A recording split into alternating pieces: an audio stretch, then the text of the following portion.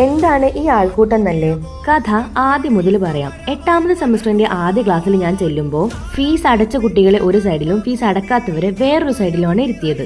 അങ്ങനെ ഫീസ് അടക്കാൻ ബുദ്ധിമുട്ടുന്ന കുട്ടികൾക്കെതിരെയുള്ള വിവേചനം തുടങ്ങിയിട്ട് കുറച്ചു ദിവസമായി.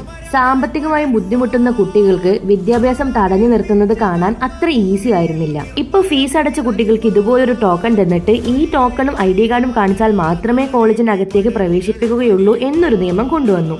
എങ്ങാനും ഈ ടോക്കൺ മിസ്സായാൽ 2500 രൂപ ഫൈനും ഇമ്പോസ് ചെയ്തു. പക്ഷെ പ്രശ്നം തുടങ്ങുന്നത് എവിടെയെന്ന് വെച്ചാല് ഫീസ് അടക്കാത്ത ചില കുട്ടികൾക്ക് ഈ ടോക്കൺ കൊടുക്കുകയും ഫീസ് അടച്ച കുട്ടികൾക്ക് കൊടുക്കാതിരിക്കുകയും ചെയ്തപ്പോഴാണ്. അങ്ങനെ കോളേജിലെ ചില വിദ്യാർത്ഥികൾ ഇതിനൊരു പരിഹാരം കാണാതെ ആരും കോളേജ് വിട്ടു പോകണ്ട എന്നും പറഞ്ഞിട്ട് ഗേറ്റ് പൂട്ടി സമരം ആരംഭിച്ചു. സമരത്തെ കുറെ പേര് അനുകൂലിച്ചു, മറ്റു ചിലർ എതിർത്തു. ചില കുട്ടികൾ ജെന്യുവിനായ റീസൺ കൊണ്ട് കോളേജിൽ നിന്ന് പോകണമെന്ന് അഭ്യർത്ഥിച്ചപ്പോൾ ചില കുട്ടികള് തങ്ങൾക്ക് വെയിൽ കൊള്ളാൻ പറ്റില്ല എന്ന കാരണത്താൽ കോളേജ് വിട്ട് പോകണമെന്ന് വാശി പിടിച്ചോണ്ട്. ഓണത്തിന്റെ ഇടയ്ക്ക് പുട്ടുകച്ചവടം എന്ന് പറഞ്ഞതുപോലെയായിരുന്നു മെർബിൻ സാറിന്റെ കല്യാണം വിളി ഈ സമരത്തിന്റെ ഇടയിൽ നടത്തിയത്. അങ്ങനെ അവസാനം പ്രശ്നം വഷളായപ്പോൾ ഫീസ് അടക്കാൻ ബാക്കിയുള്ള കുട്ടികൾക്ക് ഒരു 15 ദിവസത്തെ എക്സ്റ്റൻഷൻ കൂടി ലഭിച്ചു. എതിരെ പ്രതികരിച്ചതിനുള്ള കോൺസിക്വൻസ് നാളെ എന്താണ് ഉണ്ടാവുക എന്ന് ഞങ്ങൾക്കറിയില്ല.